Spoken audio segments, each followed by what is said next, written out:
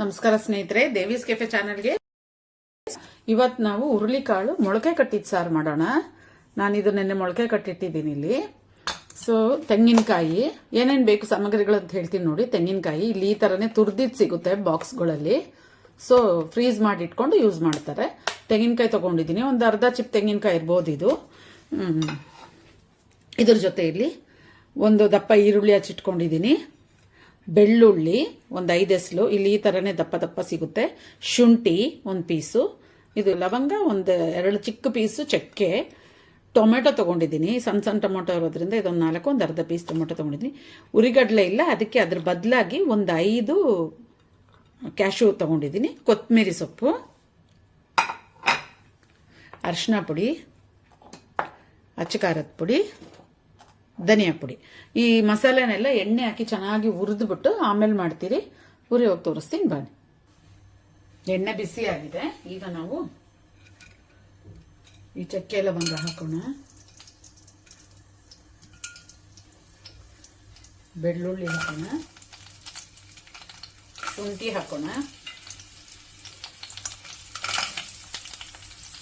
Cash ಹಾಕ್ತಾ ಇದ್ದೀನಿ, ಮತ್ತೆ ಈರುಳ್ಳಿನ ಹಾಕೋಣ.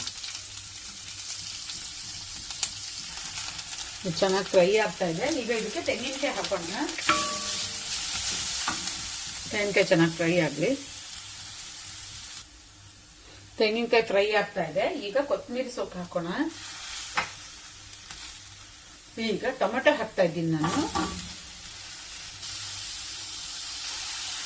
ನೋಡಿ ಇದಾಗಿದೆ. ಈಗ ಸ್ಟವ್ ಆಫ್ ಮಾಡಿಬಿಟ್ಟು ನಾನು ಪುಡಿಗಳು ಹಾಕ್ತೀನಿ.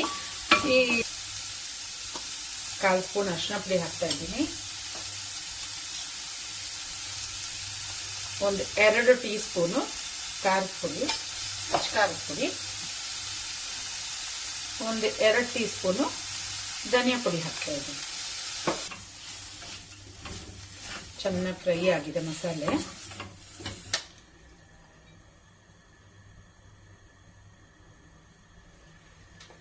ಬರೀ ಈರುಳ್ಳಿ ಹಾಕಿ ಫ್ರೈ ಮಾಡ್ತೀನಿ. ಈರುಳ್ಳಿ ಹಾಕೋಣ.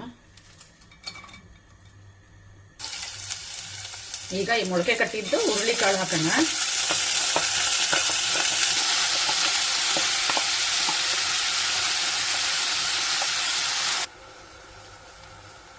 ನಮಗೆ ಎಷ್ಟು ಸಾರು ಬೇಕೋ, ಎಷ್ಟು ಗಟ್ಟಿ ಬೇಕೋ, ಇಲ್ಲ ಎಷ್ಟು ತೆಳ್ಳಗೆ ಬೇಕೋ ಅದ್ರ ಪ್ರಕಾರ ನೋಡ್ಕೊಂಡು ನೀರು ಹಾಕೊಳ್ಳೋಣ. ಮಿಕ್ಸಿ ತೊಳೆದಿದ್ದು ನೀರು ಹಾಕ್ತಾ ಇದ್ದೀನಿ ನಾನು.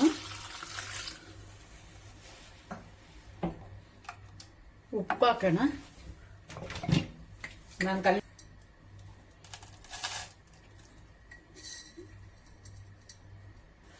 ಕಲ್ಸೋಣ. ಇದು ಗಟ್ಟಿ ಇದೆ ತುಂಬಾ, ನೋಡಿ ತುಂಬಾ ಗಟ್ಟಿ ಇದೆ. ನಾನು ಸ್ವಲ್ಪ ನೀರು ಹಾಕ್ತೀನಿ ನಾನು.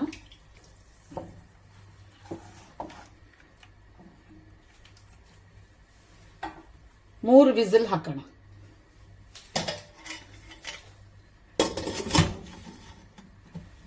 ಸ್ನೇಹಿತರೆ, ಇದು 3 ವಿಸಿಲ್ ಆಗಿದೆ. ಓಪನ್ ಮಾಡಿ ನೋಡೋಣ. ನೋಡಿ, ಬಿಸಿ ಬಿಸಿಯಾದ ಹುರುಳಿಕಾಳು ಮಸಾಲೆ ಸಾರು ರೆಡಿ. ಡಿಶ್ ಔಟ್ ಮಾಡೋಣ. ನೋಡಿ ಸ್ನೇಹಿತರೆ, ಬಿಸಿ ಬಿಸಿಯಾದ ರುಚಿ ರುಚಿಯಾದ ಹುರುಳಿಕಾಳು ಮೊಳಕೆ ಕಟ್ಟಿದ ಮಸಾಲೆ ಸಾರು ರೆಡಿ. ನೀವು ಟ್ರೈ ಮಾಡಿ ಹೇಗಿದೆ ಅಂತೇಳಿ. ದೇವೀಸ್ ಕೆಫೆ ಯೂಟ್ಯೂಬ್ ಚಾನೆಲ್ನ ಸಬ್ಸ್ಕ್ರೈಬ್ ಮಾಡಿ, ಲೈಕ್ ಮಾಡಿ, ಶೇರ್ ಮಾಡಿ, ತಪ್ಪದೆ ಕಮೆಂಟ್ ಮಾಡಿ. ಬಾಯ್.